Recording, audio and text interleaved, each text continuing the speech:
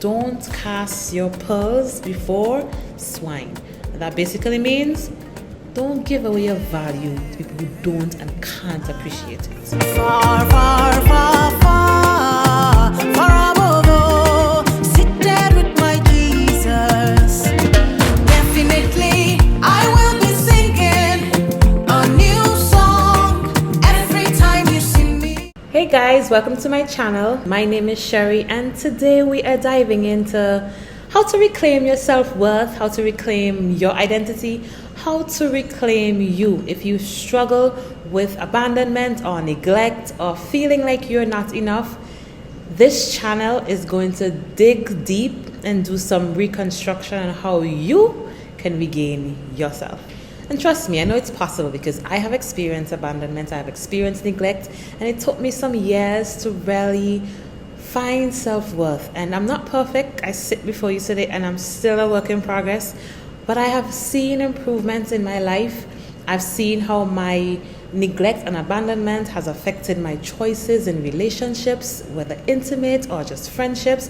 And I've seen how working through abandonment and neglect has really improved my choices, have even caused me to realize that I am valuable and I'm worth a whole lot. So if you feel that way, then I want you to stay tuned.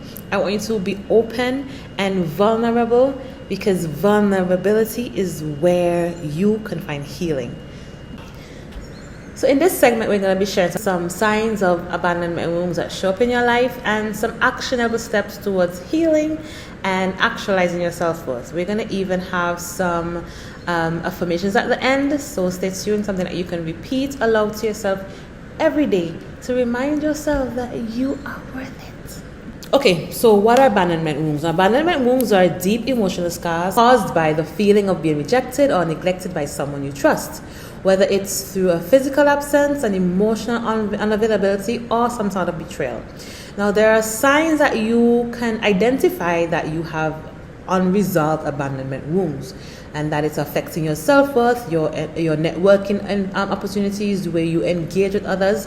So first, there's the fear of rejection. You're constantly fearing like people will leave you, or that you're not good enough for love or friendship. So what you tend to do is sabotage that relationship. You're afraid that this person's gonna leave you, so before they leave you, you leave. That's the fear of abandonment, and that's a sign that you have some sort of abandonment trauma or wound that was not addressed, and it's constantly repeating itself in your life. Another sign is low self-esteem or low self-image. You're constantly putting yourself down or seeking validation from others because you don't feel secure with yourself. So that could be, and you're always asking for validation from somebody. Do I look good? Do you love me? You keep asking your boyfriend, to validate your feelings, or to validate you, or you're seeking that form of approval externally.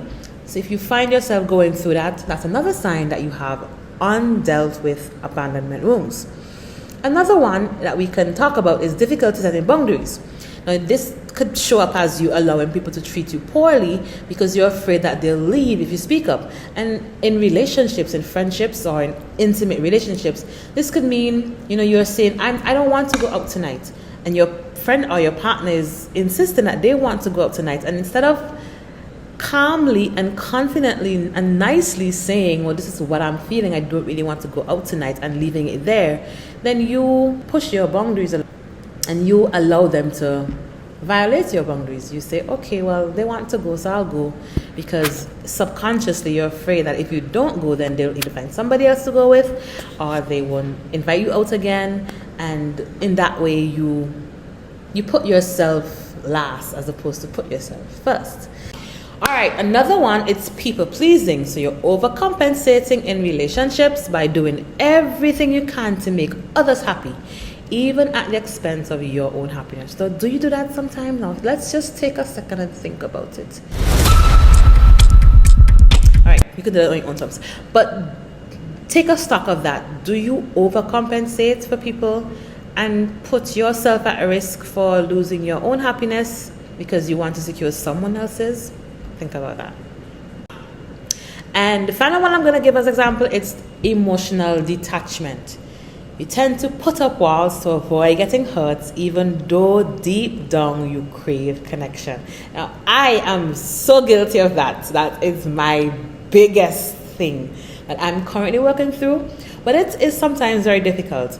Now, what I can tell you from this one is you have a craving for connection. Like, you want community, you want connection, you want to network, you want to be around like-minded people. But there's that subtle fear of abandonment and fear of rejection.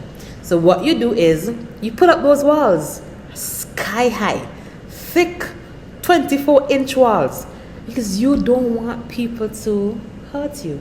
And I can completely understand all of these signs because I've in some way experienced these signs. And I want you to know that the possibility of healing and getting past it is so high. Every day I get up and I give God thanks for life and tell myself how amazing I am, and I show up for myself. If I say I'm going to do something, I try my best to do it. And another thing is to have community around you. So I have my sister, I have my mom that supports and encourage me. And my sister was really behind me, pushing me to do this video because I said I was going to do it. And I was so nervous to do it that I kept faulting. But really and truly I was hurting myself because I said I was going to do it. But because I was not showing up for myself, then I was abandoning myself. So abandonment, healing really starts with you. If you say you're not going to do something, don't do it. If you say you're going to do something, then do it. So if any of these signs resonate with you, then that's okay. Like, these are symptoms of deep pain that you'd have gone through, and they do not define who you are. It's not who you are. It's just a starting point of healing. Recognizing that there's an issue is the first step towards healing. So if you recognize that, then you are on the track to success. Okay, so why boundaries matter? Now, one of the first things I had to learn was how to set boundaries. Now, I had been letting people walk all over me because I didn't think I deserved to take up that much space around. I felt like I wanted to hide me. Like, I did not want to be, in the public's eyes. So I would do anything to hide. But healthy boundaries are a form of self-respect. And because you are valuable, then you have pearls and gems within you that you cannot hide. And because those are embedded and created in you, then you're uniquely positioned on this earth to bring something that everybody cannot bring. So be okay with taking up space. Be okay with being seen. Be okay with being expressive and who you are, because who you are is unique. Now, somebody once told me, like, our fingerprints, we have 10 fingers. And could you imagine that our fingerprints, that not one of our fingerprints is identical to the other? Each fingerprint is unique. And we have 10. So could you imagine how we were created? On this earth, like, we are unique. So if we're unique, then we must have a purpose and a reason for being here, right? So I want all of this to go through this process and really find who you are. And I want us to stay engaging, like comment in the chat, tell me what you've experienced. If there's something that I would have pointed out that you also experiencing, like, elaborate on it. If you want to, share those pieces of your life with us. I mean, we're really a community, and I'm hoping that I have a team of people out here that also wants to be on this journey of breaking down those walls. So some practical tips, 3 practical tips. So we're going to start small, and that's simply by practicing saying no. Don't be afraid to say no. Let's practice. No. Recognize your feelings. If you feel drained or anxious after interacting with someone, it might be a sign that that's a boundary that needs strengthening, okay? And then setting boundaries. Now, remember to set boundaries. It doesn't mean that you don't care about the person.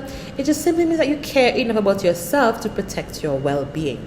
So practice saying no. Assess when you're around somebody. If you feel drained, then you need to check which boundary am I straining and that particular boundary needs strengthening. And then remember that setting boundaries is not another sign that you don't care about somebody. It simply means that you care enough about yourself to protect yourself. If you don't take care of your energy, then you won't have energy to pour out to others. So you have to fill the cup with which you pour from.